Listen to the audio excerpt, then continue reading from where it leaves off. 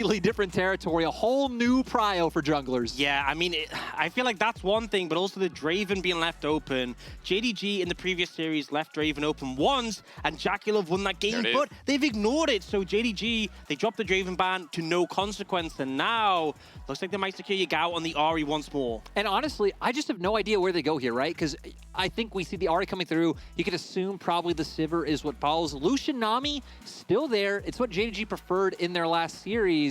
But, I mean, things like the Xinjiao, things like, I don't know, the Viego, the Lee, the jungle territory, like I said, is completely new. And typically for both teams, you see jungle picked in the first rotation of picks. But I think if there's any jungler that I think isn't phased by having your jungle priority drop to the lower levels, it's Kanavi. He's willing to bring out things like the Bel'Veth, like the Morgana when the situation arises.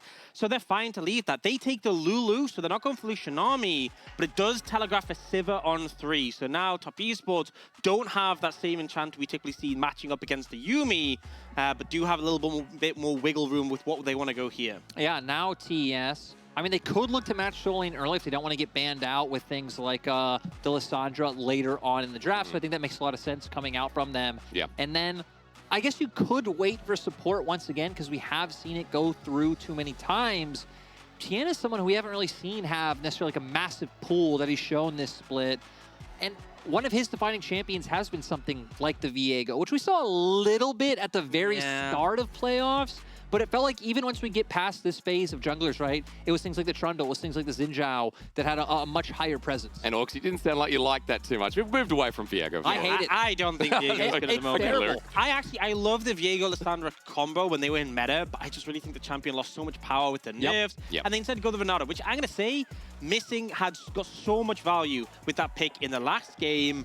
And they might go for this is the what I Twitch. thought. This is what I thought might come through, but we've only seen it really with the Yumi. I would have loved if we got it, but with JDG, with you know, being in closing distance of another LPL title, I can get why they keep it stock and standard. Yeah, I mean, I feel like here, you know, the Lulu is going to give more power to the Sivir, whereas the Renata, obviously, there's that whole team fighting power. The bailout can be applied to multiple people. The ult as well has been so impactful. But now, go to the second rotation. JDG on this fantastic spot where I feel like Kanavi is always going to have something up his sleeve. He is that player who last year brought out the Shaco jungle to great effect at times. He is someone who could really lean on these picks, and you're the ones who have first pick coming out the second rotation of bans. So if they wanted, they could really pinch the pool for Tian, but instead starting with that Jax ban.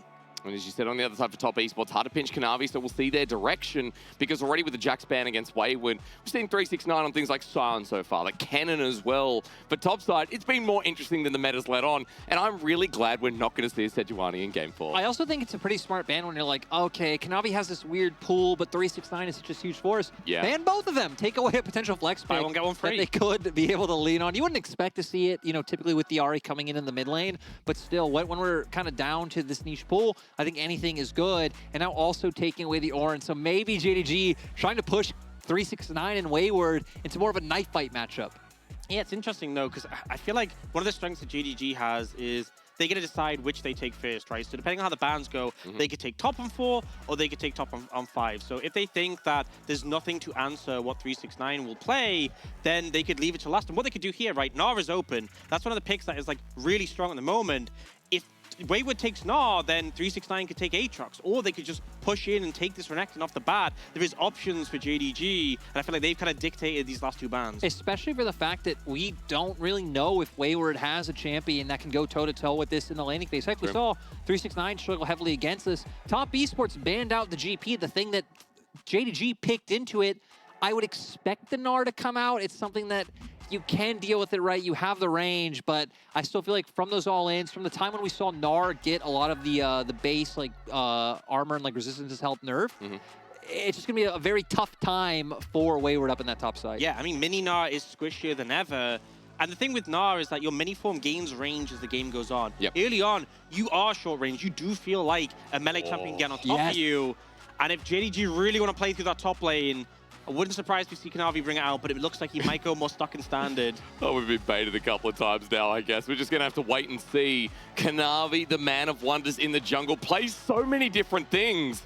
And we saw a brief bit of this, but now the Pantheon in the grand final is just the blitz. I'm excited for this because JDG now, I mean, are leaning into a lot of early power, right? Yeah. Both Pantheon and Renekton, I mean, going to struggle to find an impact if they don't get ahead, but also a ton of pick potential coming out between Ahri and Pantheon. Maybe not the same as Vi, but still being able to cover a lot of distance with your ulti. Then Yagao being able to follow up with a Spirit Rush could set up to be able to find those picks, get on top of JackeyLove, and take him out very quickly. Yeah, but I do want to see them use that early momentum these picks afford, because if you run into someone and both 369 and Kanavi are there, the double point and click CC is so hard to deal with, especially with a charm to follow. But as we get later in the game, you know, Wayward and Tian will be tanky. Knight has the ult, and we have a Renata as well, so a single target CC may not always pay off later in the game. And I'll hand this to you, Lyric. What has been the decider in this series so far? What has JDG and Top Esports told us that the early game, at the very least, even with Top Esports taking it the majority of the time, hasn't mattered that much, and for JDG to play early game goes back to what we knew of them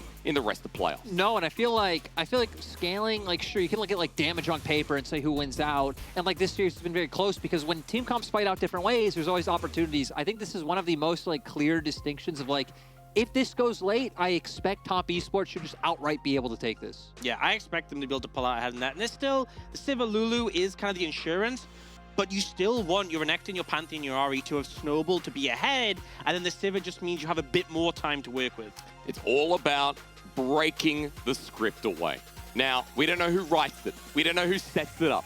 But for JDG, if they can win here on match point in the grand finals, they would be breaking the short history that we have between these two teams. Top Esports, JDG, has always gone to a Game 5 grand final when these two met. In 2020, or to quote Munchables on this, 2020 Part 2 that we're now in, always delivers a Game 5. But for JDG, not only to break that script, but to go further and lock in first seed at Worlds for the first time ever, relies on that early game you guys talk about here, and for JDG to step up beyond limit.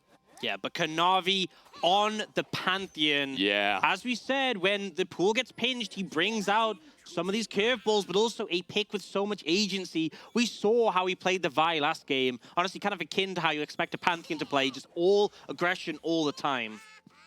God, man, Wayward just starts. Oh, there we go. All right. Spamming the laugh, the emote as well. There's been a bit of damage, as you guys were saying before. It's not that that bro off, you know, looking at each other.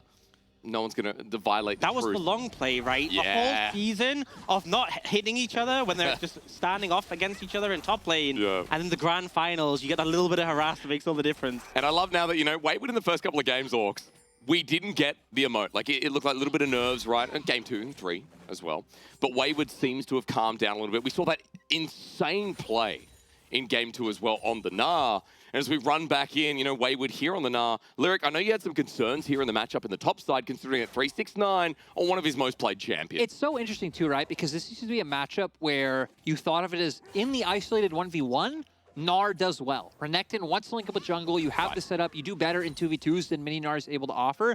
But then once we got things like the durability patch coming through, and then once Gnar himself also specifically took some small nerfs, that's where we've seen, at least in LPL, Renekton is typically able to get ahead, even if you're going to get like traded out like this with the tethering that Gnar can be able to do, the all-in can suffice and match the damage that Gnar is able to put up. Yeah, I feel like especially... Oh, go for a heavy engagement. A little bit early. Yeah. That's a cleanse as well. JackeyLove getting poked out as Mark is now facing up against Hope, but Top Esports still looking a little bit cocky, but JackeyLove shouldn't be heal. Flash away, cleanse. Oh my God. What is this? Hope and JackeyLove. You know what? That AD carry battle, again, Hope steps up. It's crazy to me as well, because when we saw this matchup last time, it was Top Esports bot lane coming out ahead in the 2v2, but it's Hope and missing this time around. Able to get the best. Ox said it earlier, JackeyLove said to Hope, if you can get past me, you are the best AD carry. And at least at the start of this game, he does it. Oh, but Yagao might be in some trouble. A Glacial Path, a great pillar as well. Yagao still has the flash available as Kanavi's now coming in the Pantheon with the 3-hit strike. It heads into the shield. And Tian unable to follow up anymore. So Yagao holds onto the summoner, and Kanavi here in the nick of time. I love just the patience from Yagao. Doesn't burn the cleanse. I feel like a lot of mid laners would have just burn it on instinct there to get away from the damage, but trust in his jungler. Trust that you want to keep that summoner up, which is so important, especially when the Lissandra does hit that level 6 point. And we'll see the replay of the bot lane. And Mark just going super aggressive here. But the level 2 hits as he flashes in, the turnaround comes in, and this is the thing, right? Renata has long cooldowns early in the game. In the laning phase, the Lulu is the one who gets the rotation up sooner. You can see here the flash in, and Mark has nothing to assist his AD carry with. And Hope picked up the kill as well. Noon Quiver now in inventory. Huge, and I mean, they also picked up a plate on top of that, so having that nice gold acceleration. As JDG, you already expected to be able to win out in the top side. You have a very potent mid-jungle 2v2. Like, if you're able to connect either of those CCs, like, a kill will just come through. Top Esports now trying to find a response. And there's a stun there as well. Wayward has it locked down into the 1v2. 369 with the flash available. Look, Kanavi's here to help again, but it's too late. Not going to burn the summoner, and 369 is punished. Nice job coming out from TES to be able to punish up in that top side. We know 369 was going to be looking to push that advantage forward. And even look at where Kanavi is on the minimap. Like, he was on his way up to find an impact in top lane, but top Esports were faster. And that's the thing. This is how you have to play the matchup as a Renekton. You can't just sit back, otherwise the Gnar will just harass you down. You have to be willing to dash in to find favor in the trade. So Tian with a great lead and a much needed advantage for top Esports. I feel like the fact that bot lane has already started rough, you really want to make sure that top lane doesn't get ahead. Remember, the bot lane for JDG was just supposed to be the insurance for the late game. Yeah. If this Pantheon Renekton gets ahead as well, it could be devastating. And you can see that top Esports know this advantage. They can see Hope and Missing building up a wave. Oh, the timing. Here. Remember, they used the summoners before as well, and Tian, all he needs is the pillar, and you're right, Knight coming down. Everyone wants to be part of the party, and Hope not getting a moment to breathe with Knight picking his killer. It's really nice, right? We can see Tian making use of the tempo advantage he has, goes up towards top, gets that play, gets the reset down. Kanavi had just made his way up to top, so it gives you this window where you can look for this play bot. Sadly, Hope and Missing, they'd stacked a wave, I think wanting to get a bit of vision for themselves and just getting punished in the key moment coming through. I do think for JDG, though, we're looking more at level 6 for like when the Pantheon comes online before you really expect this comp to explode onto the scene. But we still said we wanted to see them finding that early advantage. Yeah, and I feel like any moment like this will set it back, right? The fact as well, Knight has that extra kill. He's now just got his ult available. If you start to opt into some of those skirmishes and you don't win them quickly, like the power of the Lissandra can be so potent. Trundle and extended skirmish is super strong as well. And if you start to get a kill, those frozen thralls come in. Get the reset mechanic of the Renata if Mark can make his way up. So I feel like JDG still in a fine position, but definitely once that 6 is hit, want to be the ones setting the pace. And actually, if you look, Kanavi was behind on the plays, but has built up a farm lead. He now has that ult available. If you start to make a play happen, he will be there. And I like that he's changing plans from what we've seen JDG typically do, playing more down towards your bot side. Be flexible with the fact that your bot lane won on their own, and it looks like Hysterics, they're looking to set up one of these plays. Top Esports do have full health bars. Responding. Top East, Knight does have his ulti available as well. Glacial Path taken to too early. He's stunned up with the Mortal Will passive coming in red hot. Knight will ulti in, but the 2v2 is still going on as Tian now trying to abuse the fact that he's a Trundle. Doing it well, matches the flash, and Tian in control. The Frozen Thrall there too, as Top Esports get out alive. Exactly what I was talking about, the extended fight. Trundle's so potent, and just doing that sustained damage with a short cooldown on your bite. Kanavi and Yagao had the upfront burst, but onto Lissandra, this is the power of the pick, right? You can buy so much time. Yeah, it's just so rough coming through that they aren't able to find it out. The ulti is there. And just kind of even looking across the board, really hard to find those targets. We'll see here, JDG go down to bot. It kind of pulls top Esports in, but they commit everything on tonight. Sadly, Yagao not really able to connect any more damage. And once the ult comes through, like you said, Trundle winning out in the extended fight. And the great thing is Knight is so patient with the ult. He knows the front-loaded burst has come through. He can back off and buy time. And this is even better for top Esports. The ult being burned. And I feel like it's kind of similar to Nocturne. You want your first ult on the Pantheon to like really get you some momentum, get your kill. Oh, no timing. No. And Missing's caught out, has to flash away, but with the exhaust down, they have the chase, and JackeyLove with the movement speed. Kanavi now coming in, and the Mortal Will being fully stacked pushes away Tian, but just a pick with great timing from top Esports. Right, and we saw, like, the one thing that the Kanavi ultimate did get was he got Mark to flash. But now, flash reciprocated on the opposite side, coming out from Missing. So even the little that play was able to get ends up being nothing. Wayward's doing fine on the top side ever since that early gank came through, and just across the board, I think top Esports have done a really solid job. Even look at JackeyLove's CS lead. Like, across the board, we said, hey, this team's going to outscale. They're already off to a phenomenal lead. A 1K gold lead, pretty significant. And on that note, note, Orcs, I wanted to ask you a little bit about transitioning to neutrals now, with both bottom lanes backing and seemingly heading top. Well, I feel like Tian, on the Trundle, you're so strong on neutrals, because not only do you have good single target damage, but also when the neutral dies, you heal for a percentage of its HP. So compared to other junglers, where starting the neutral can leave you low, as long as you finish it, you should be in a comfortable spot. You can see already top esports have moved their members over there. If they can secure this Herald, it really puts JDG in a bad spot. Kanavi jumping in. There's a handshake that kicks it off. There's the tomb down as well, taking a lot of damage, but Knight only just gets out the end of the claw, while top esports use that distraction to get the Herald. Yeah, they get the Herald. They don't allow JDG to get anything mid lane, so it just feels like top esports are really edging ahead on every encounter here. Yeah, and it was one of those things where I can understand how JDG wants to try to force their win and find that fight because of how we set up them wanting to find the lead. But with no ultimate on Kanavi, I think it makes it really hard to just go straight into Herald. So you need to try and find that pick mid first. Sadly, just not being able to connect. And now for top esports, I mean, we've already seen Tian doing a great job of finding early pressure. We don't even have that pressure on top esports as a whole to make these plays possible. When you have a pillar, when you have Knight, who just has so many tools to lock you down, I think for top esports, you can just keep looking at a similar play pattern, right? We can see him pathing down now already. You could potentially look mid if you want to try and burn an ulti or a cleanse, or you can just start heading straight back towards the bottom lane and looking to punish Hope and Missing. For me, I feel like Missing being no flash, that makes me think it's the logical option. You can see Knight has priority mid, so you can make a lean down. If you get the tower down bot, one, you secure gold for JackeyLove, fantastic, but also you can lean into that dragon that's up and available. And we've seen, you know, the fact that soul coming in game 2 was such a massive factor. Securing an early dragon can make all the difference. And when you guys are talking about the fact that this team on top esports rather has such good scaling, when we're talking about a timer, being such a late first dragon, the latest of the series so far, also feels like a significant no. Oh, wait. Hysterics looks like JackeyLove. Yeah, he's going to ulti, trying to get the movement speed to get out, flashes immediately, but here's Mark to help on out. He's got a bit of range now with the Ultra Shock Laser, getting spell shielded, but top esports AD carry is saved after burning double stun. Having that pry off from mid and having Tian again on the up and up means JackeyLove does get to survive. But when we were just talking about, you know, Missing, no summoners, very juicy, could punish. Now JackeyLove is in that same boat. Will be a bit harder, but Kanavi's ult back on the board. So if they do looking to push in a wave and bot, he could just be setting himself up to be punished. Yeah, and I feel like the thing was they really felt in control. They had mid prio, Tian was on the dragon, they had the wave prio bot. It kind of, well, JackeyLove was about to achieve it. They kind of felt like there was nothing that could really challenge them. So Hope and Missing found this fantastic window to cause some problems. Speaking of problems, 369 is not having fun in this top lane matchup. No, it's been so rough. Like we said, when he wasn't able to start finding that early domination, Wayward just doing a great job. And overall, just coming into this series, getting subbed out, coming back in and showing a much better performance than last time has been great. But you can see both teams look like they're looking to set up a plan on bot side. Top esports already making the roam over. I wonder if they find Kanavi. That ward going to do a lot as well. Glacial Path would seal it, but Knight's not going to take it. And Hope just getting zoned off the turret with quick movement from TES.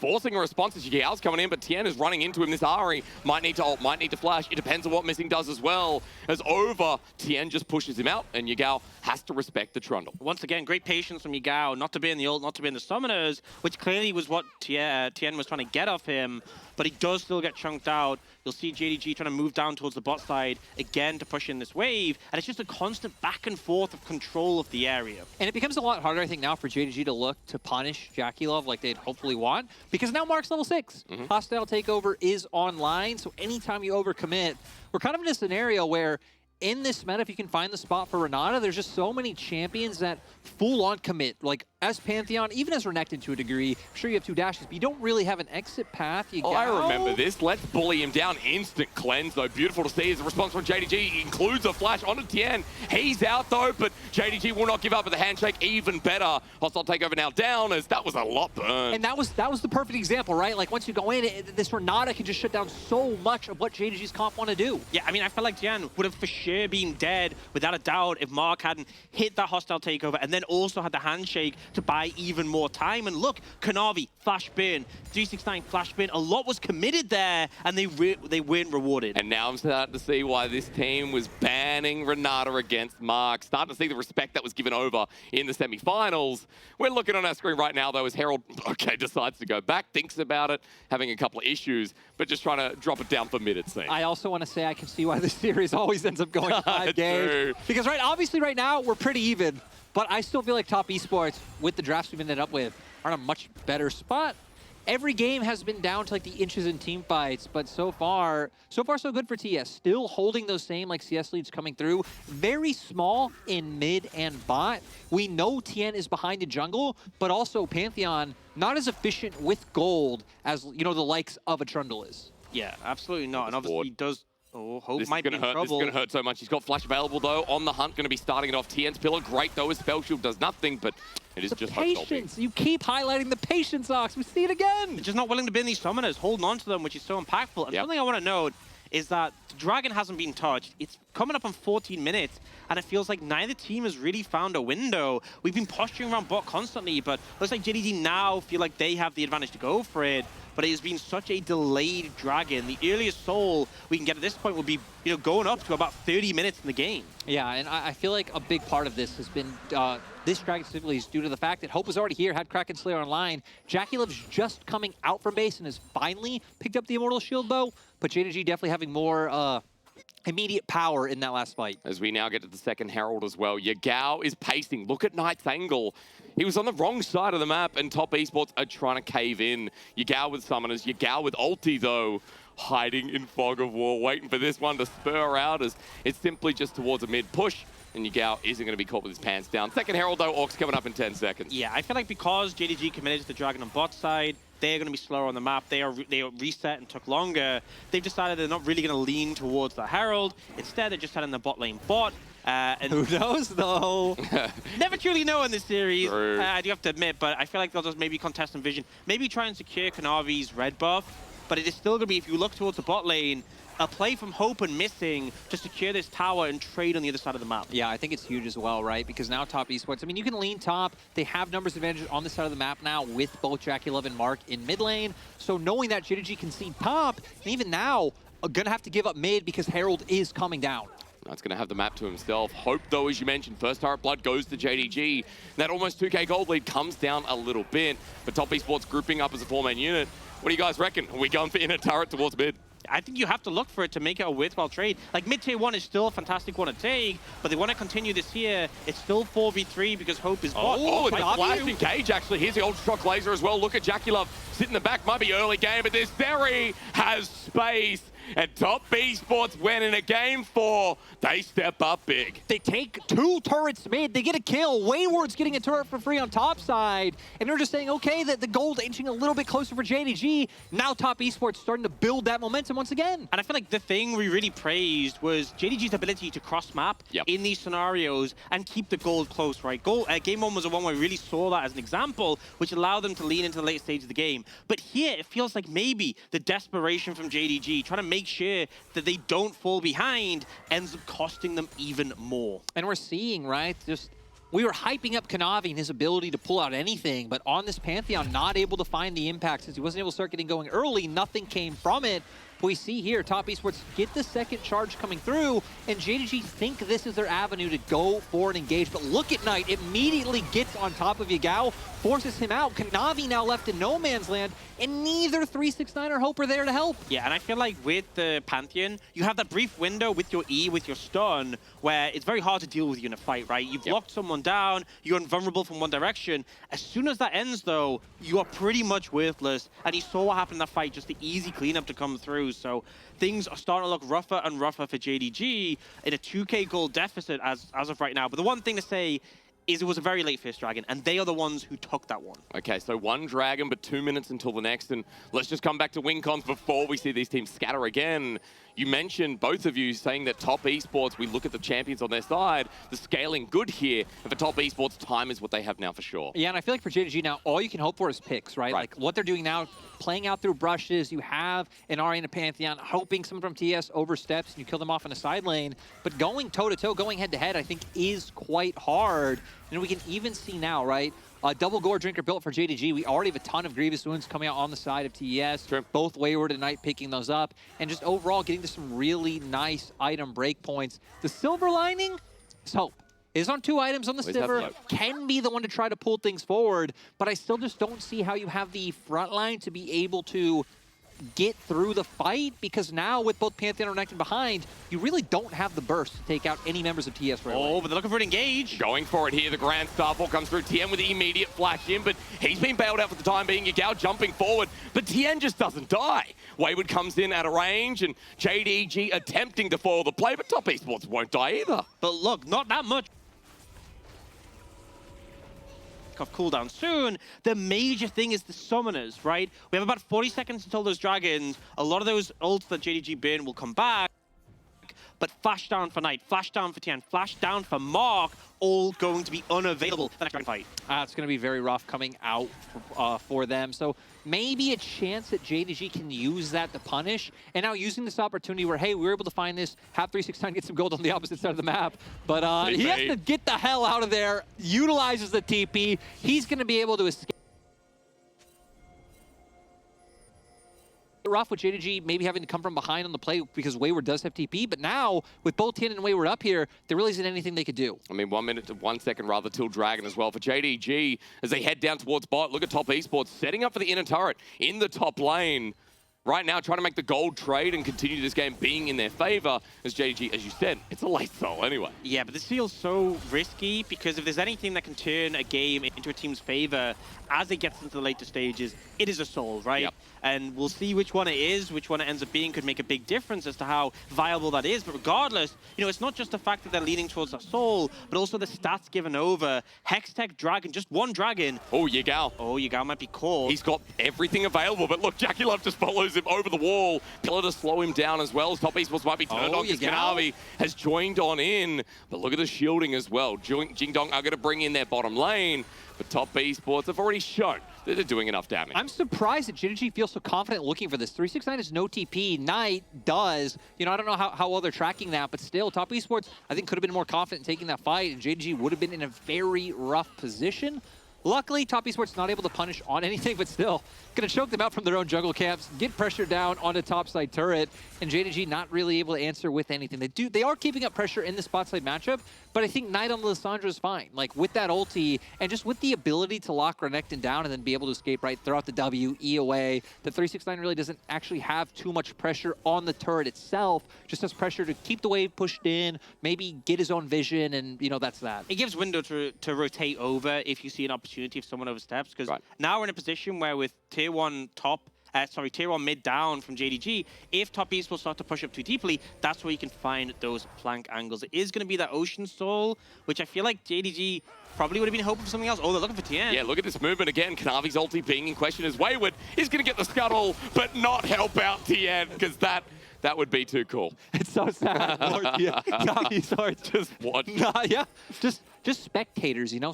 Sometimes you send one of your members into the Coliseum and you see how he fares. He was the summer MVP, Hysterics. True. You don't think he could do it?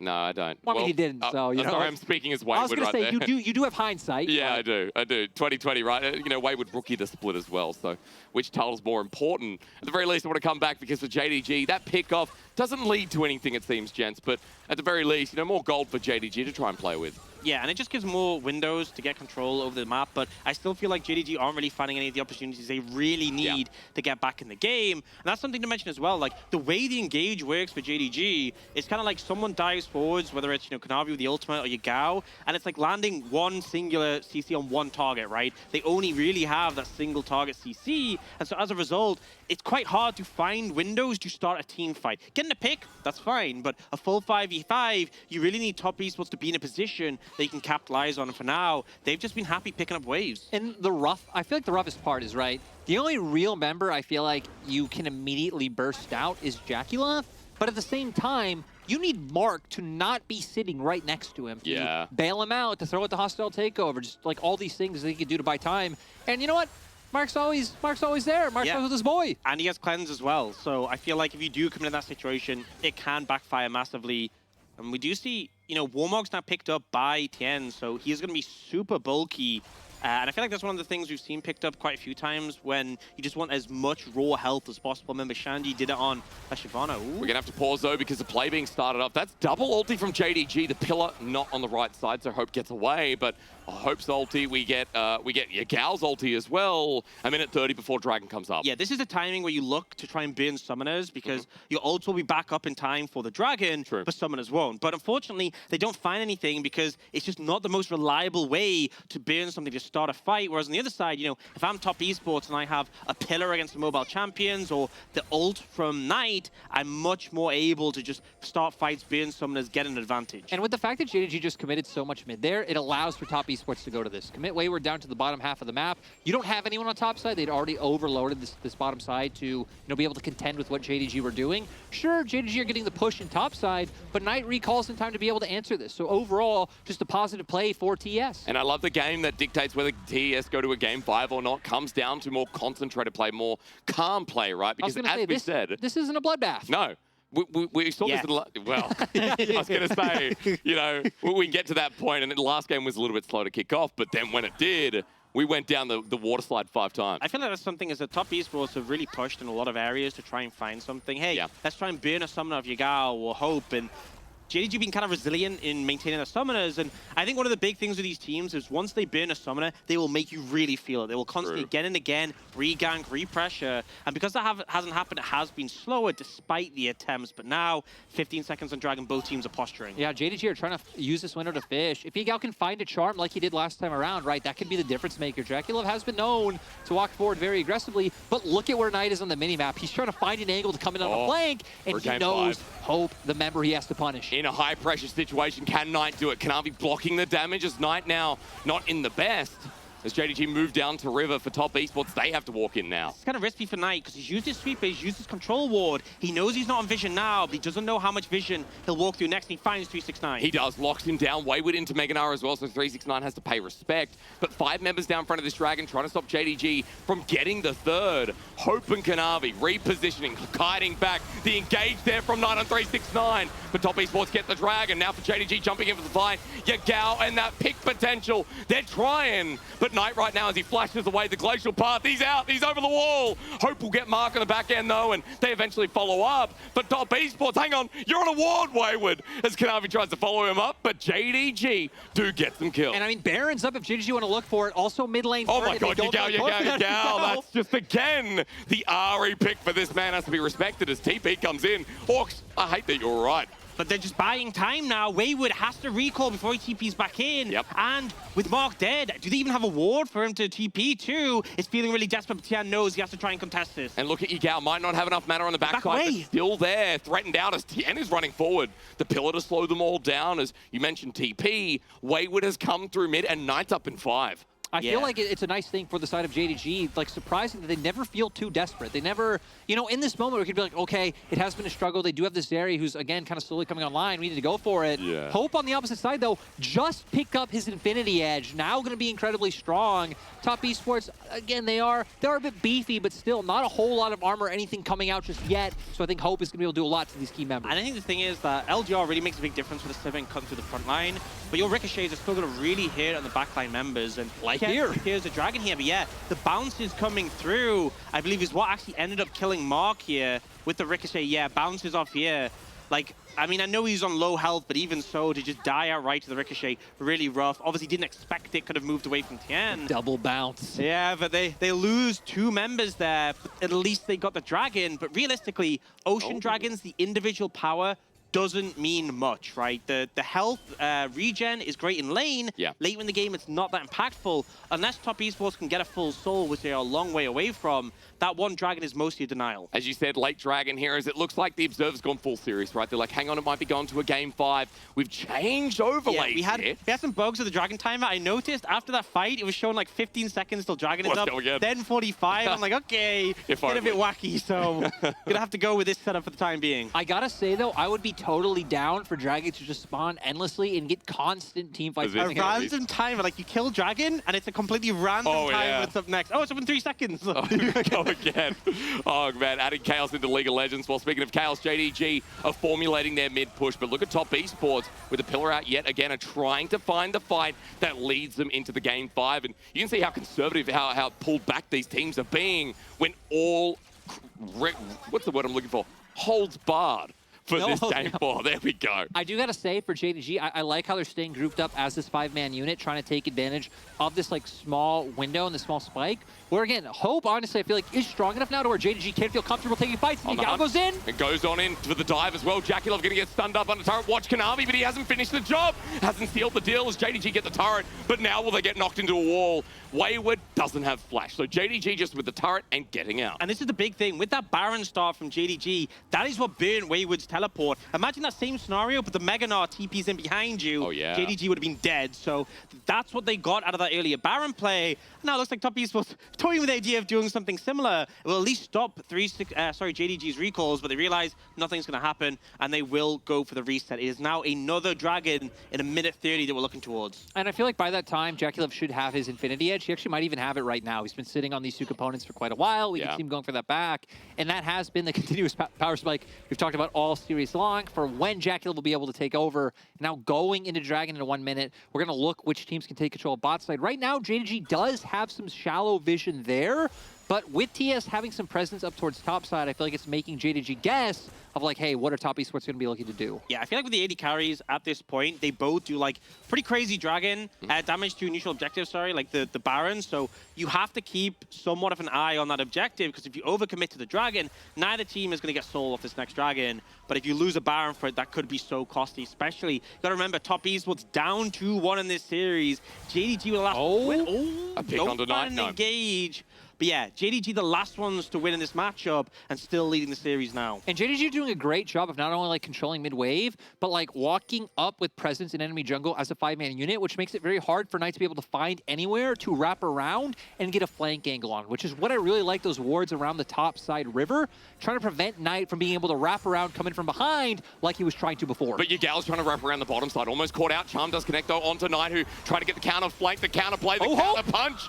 Knight is going to go golden, or rather invulnerable in the choke, flashes away. Glacial path out as well as Kanavi jumps on in onto Tian. And the damage against top esports is huge as JackeyLove chases down 369. It's chaos yet again as Wayward hits the 1-man ulti, but Kanavi is the bruiser. And JDG now have members to go to Dragon. I think top esports happy with this because Knight can respawn in, TP back in. And bear in mind, Hope in his flash on that one. Yagao no ult. That's a big power loss for JDG, and top esports feel confident now. Yeah, we're going to see them just go right to the Baron, try and force them in. They aren't starting up. They're just trying to bait JDG and make them think. But now with vision down, we see it started. They have given Yagao enough time to get in here. Wayward nowhere close to Mega, but still a lot of key ults up on the board like Marks. Yagao behind as Knight gets the root down at 5k. Baron stops. They turn for the fight. The lightning crash down from JackeyLove onto 369. He's buying time as Knight now gets away from Kanavi. But the hostile takeover hits the edge and hits 2. Flashing forward, top esports can feel it. They can feel the 5-game series again. Hope has done so much so as the rookie AD carry in the grand finals. But JackeyLove yet again is the god of ADs. And top esports were so patient with the fight. They knew they had options. They chunked them out low, go straight to the Baron, and we saw the impact of Mark's ulti, and I just love how decisive they were on going with the re-engage. I just love that the fact they capitalized, they got Yagao's ult, and that was enough. Just the fact Ahri doesn't have that pivotal tool was enough for them to feel so confident in this fight. They push forward aggressively. They have the Mega ramping up, but once again, the Renata, this hostile takeover, really causes so many issues for JDG. And then we see, right, just the re-engage, able to follow up, gives Wayward time to be able to jump in. Zeri following through with the damage. JackeyLove, as always, incredibly aggressive with what he's looking to do. And now, I mean, it feels like we're at a point where top esports comfortable control, sitting on the 2 Ocean Drakes with the 5k gold lead. But still, it seems like TES are very comfortable to be patient, play this out, and kind of allow members like JackeyLove to be the ones to start taking the reins. One thing I will say, when you have a Sivir, the fact that you have so much wave clear, even with the Baron waves, not the easiest to push against. So I expect Top Esports might need to try and find a pick or burn some summoners or do something more if they want to get full value out of this Baron. And already JDG doing a fantastic job of like catching these waves early. And every time you do something like this, you're just delaying the Baron time that Top Esports has. So then I want to go a little bit deep into it, Lyric. You know, with the Baron, tell me the ultimate push, the ultimate move for Top Esports as they now look for setup. I think for TES, you probably just want to look to play out their 2 lanes. Like, they actually have the laners to be able to play all 3, but you risk JDG just overloading 1 lane so heavily. You can put Wayward inside. You can see he's incredibly strong in the 1v1 right now, and just keep pivoting back and forth between mid and bot. The problem they're running into now is kind of like Ox said. They put Hope in mid, and it's like, oh, doesn't even matter with Baron. Wave just gone. Yeah, it really makes it difficult to push forwards. And I know Top Esports would love to find a fight right now, but JDG, if they just try and stall it out, they'll be in a good position to sort of try and contest later on. There is a gold deficit still, but I think the main thing to note on is that JackeyLove had 3 items and nothing else after the last fight. He bought a whole GA, but because Hope was ahead, he's on 4 items as well now. This Sivir is really doing a ton of damage if she gets a chance to free hit. And we're going to see if they're able to do it here, because JDG's still making their way over. Luckily, they can keep Kanavi mid because he does have the ult to be able to join up at any time, and JDG just constantly staying as this close-up unit, making sure that Top Esports can't find those windows. Yeah, I think that tier 2 wasn't really defendable, but they trade the tier 2 for the wave in mid, and it's just buying as much time as possible when they can. There is those 2 empowered minions up, but they have the long-range damage to try and clear those out. You can see Yagao gets rid of them, and now, although a wave is coming in mid, the waves aren't aligned, they're not synced up, so JDG is just going to move back and forwards and be able to clear them out. They're doing a great job of stalling this. And I think JDG's, like, it'd be kind of hard for Top Esports to think to just full-on dive JDG. Maybe with the Mega Gnar they could do it if him and Knight synchronized going in, you throw out the hostile takeover. The Wayward's still a little bit far away from that, and JDG just once again just keep trying to use Hope to make sure that no pressure comes through. Every time I see a glacial pass from Knight, I think this is going to be the moment that Top Esports take us to a Game 5. JDG have still, however, as Orcs alluded to, not set up the waves, not aligned them, and have not broken the base yet. Top Esports need to sync these waves, right? They keep just clearing the waves immediately on the enemy side. Oh, maybe they don't care. They found 369. The pillar, beautiful. Tian might have set up the Game 5. The summer MVP comes in, clutches. 369 is dead, and the rookie top laner stands taller. Now with the inhibitor down as well, TES are running from Yagao, but they have shattered the base and opened up what they came to do. And I just love how Top Esports are playing for small advantages. They know that's exactly what they need to do. When you literally have the championship on the line, you don't need to over-aggress for too much. Hostile takeover didn't hit anything. They already had a wave set up in top, and they can just keep looking to expand this gold lead. Yeah, I definitely think they could have potentially gotten more if they managed it better, but they still get a significant amount, right? They break the base in the mid lane. That means if JDG lose another fight, there's a good chance they just run mid and end. Yeah. And they also pick up the tier 2 top, the tier 2 bot. There's towers that give that extra gold to really pump out this gold advantage. 7,500 ahead, super significant now. And we see here, 369 feeling confident to contest the wave, but the snap engaged the pillar as well. Trapped him against the tower. Beautiful. I mean, just great to come in, and you can see here after they are able to get this pick, JDG thinking they could fight, and Top Esports kind of set up a re-engage with the hostile takeover, but it doesn't connect, so they aren't able to do anything. And it just feels crazy, you know, looking at this Wayward versus 369. I know we saw it in lane, but again, with 369 getting punished down, we are talking about the new member of Top Esports, the one that came in after Tian, and when Zoom was on the roster as well with the trade from JDG. 369 went over to JDG, excelled, but Wayward had to build himself up in his rookie year. And now with his first finals, it could also be his first Game 5 too. And yeah, just great to see come out from Wayward to be able to step up in this moment. But 369 still trying his best to find an avenue back into the game. Yeah, I do think one of the problems is, though, this Renekton is just at 3 items. Yeah. Wayward is like a full item and a half ahead. Kanavi is behind compared to Tian, but also Tian just needs to be super bulky. As we look towards the next dragon, if Ocean Soul is picked up by Top Esports, their front line is so bulky, a lot of Sivir's damage is chip damage, it could really negate that pressure. But Yagao's just walked in with the pillar there, the charm's good, but the problem is that JackeyLove now just free-firing away, lightning crash down, hits as Hope and missing her in a choke. First Renata, first Knight. We know every time they face, it looks like a potential Game 5 as Hope still stands alive though, and Knight has used his damage as he goes golden. He needs to survive, but 369 at max range getting hit by Wayward. JDG on ahead. his breath. Top Esports to the top. It's a summer split final after all. As Wayward runs in, JackeyLove picks up Yagao. Hope flashes over, and Top Esports write the script themselves. Top Esports, I mean, they already have an inhibitor down. They might not have the wave, but they could just look to go cruise in. Oh, he got him. Game. Misting's going to be the last one to die. 369 actually almost taking it away. And as they run through mid, Top Esports from the brink of despair, from JDG getting to match point, they knew that there had to be a game 5, because when history stares you in the face, you stare it right back and say that you're willing to go the distance. As with death time is here, is it too early? We've got 15 seconds for Yagao, we've got 20 here for Hope, but Top Esports again don't care on the next turret on Kanavi. That'll be it. Knight survives, and TES will take us to the finisher in our 2022 Summer Grand Final.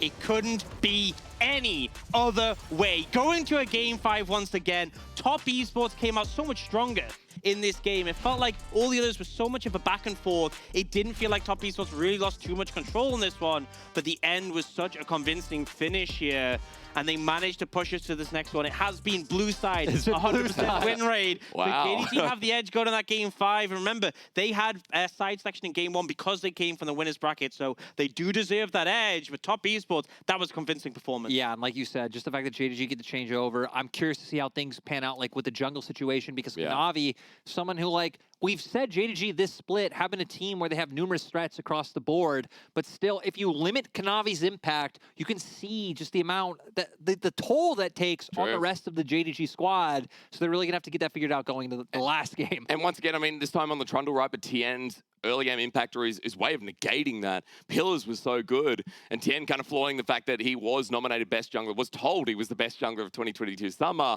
and we are getting that world champion, you know, that FPX. He looked great. Finals MVP. So honestly, I think he was, like, if we had game MVPs, I think by far he would have been the MVP of that game. Like, his early game was phenomenal. His mid game was great. The pillar placements were just so good. But he trapped 369.